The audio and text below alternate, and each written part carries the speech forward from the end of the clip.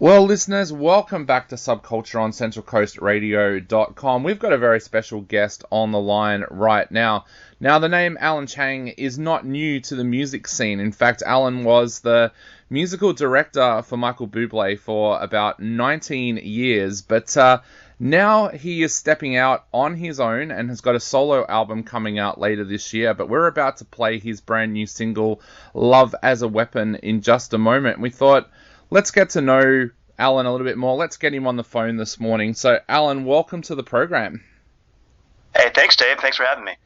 So, Alan, you've got such an impressive resume. Like I said there, working with the likes of Michael Bublé for so long. Why did now feel like the right time to step out and launch your own solo career? You know, I guess the pandemic had a lot to do with it. It sort of allowed me to kind of find my voice, of sorts. There was a bunch of friends there's a bunch of friends that got together or emailed every Tuesday morning a new song that they were working on each week, and we did that for the first, 6 months of the pandemic.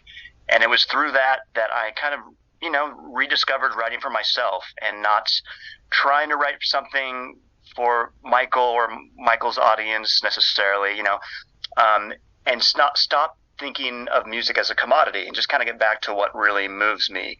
So that was a big part of it.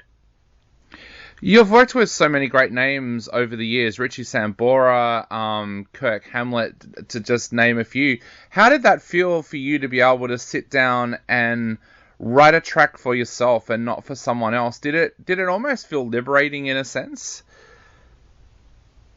It did. It absolutely did. I think I just hadn't spent a lot of time in the last 19 years doing it. So it was kind of refreshing. And I kind of, went through a lot of songs to get to this kind of newer sound for me, which ended up being the songs for this new album, where it was a bit of my jazz influence mixed with my singer-songwriter appreciation. And, it's cheesy as it sounds. I finally found something that feels like me. Yep. And so that was kind of exciting enough to then, tell Michael that after 19 years of love and loyalty, I needed to step away. What was that moment like when you told him? I mean, 19 years, some marriages don't last that long. So what was that moment like when you said, I'm stepping away? It was just like that. It was like a divorce. So you don't have one conversation, right? It's not just a moment. It's sort of a series of conversations that over the course of a couple of weeks, and then maybe a month later you check in and you wonder if this is for real. So it kind of happened like that. I had told him that the rest of 2021 would be my last year, and we had a handful of makeup shows at the end of the year.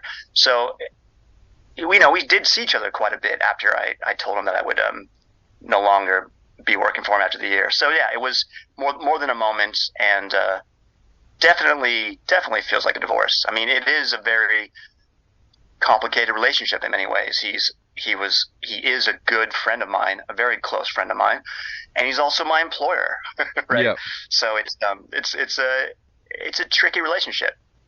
You mentioned about finding your sound. Tell us a little bit about that process, because that must have been a pretty daunting process for you to work out what you want, not only this album to sound like, but what you want your solo career to sound like. Yeah, right. So, I mean, at heart, I'm a jazz pianist. I mean, that's what I went to university for. And I just probably didn't exercise that muscle enough during the last 20 years. So I don't feel like I can just go out as a jazz pianist anymore. But I also spent a lot of time, trying to write songs and arrange songs.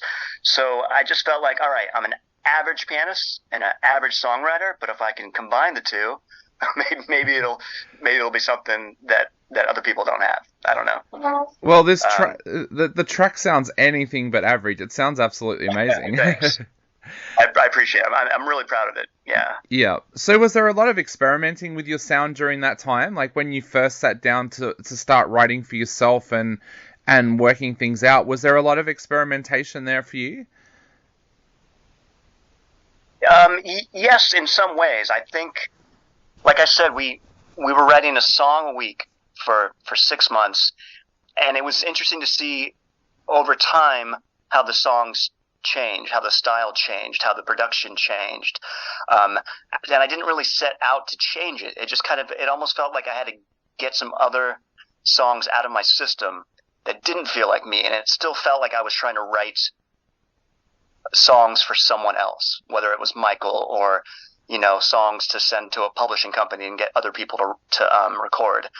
And I had just been in that mindset for so long, and it's a great place to be. I mean, to be able to have a career as a musician or a songwriter, it's great. But I just needed more. I just needed to write something that truly moved me and something I could be proud of. What did you find was inspiring you when you sat down to write this album? Was it life itself, things that you've gone through over the years, or what kind of things were inspiring you?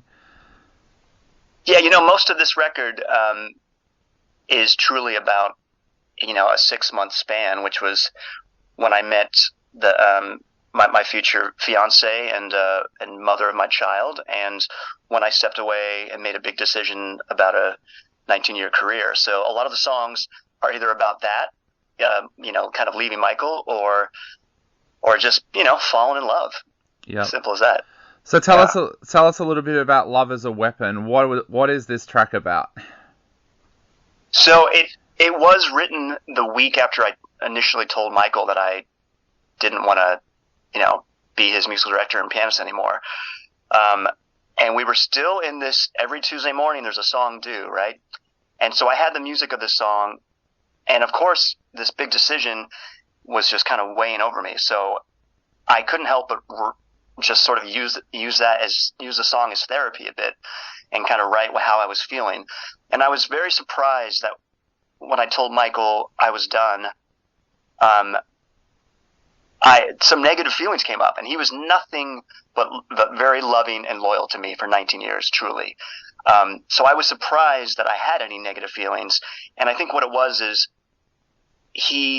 because he was so loyal and so good to me, I never wanted to let him down. I never wanted to walk away, even though deep down maybe at some point I did think, well, you only get one life, let's see what else is out there, let's see what else you can do musically.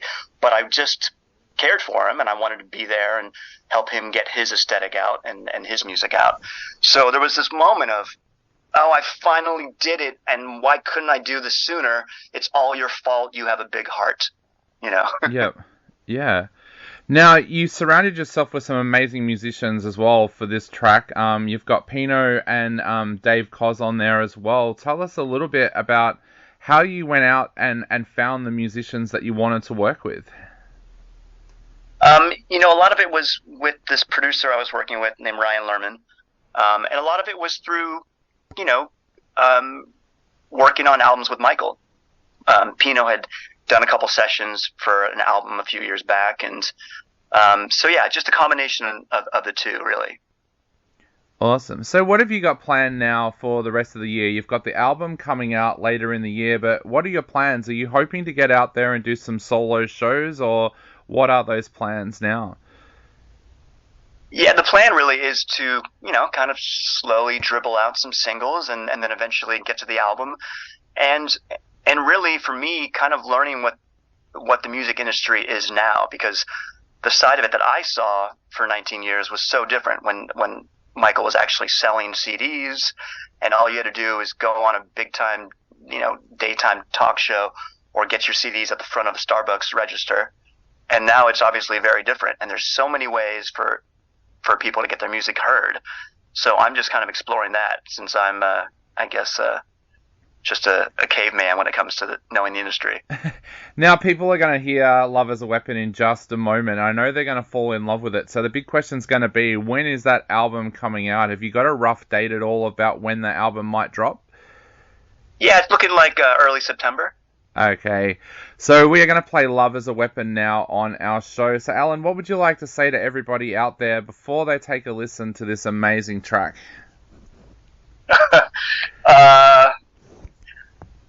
Goodness, I don't know. I hope it resonates, because it was sort of born out of a very true and raw moment. Definitely. Well, for all of our listeners out there, this is Alan Chang with Love as a Weapon. And Alan, we want to thank you so much for taking the time for coming on our program today. It's been absolutely awesome to have you on the show. Well, thank you so much, Dave. Truly appreciate it.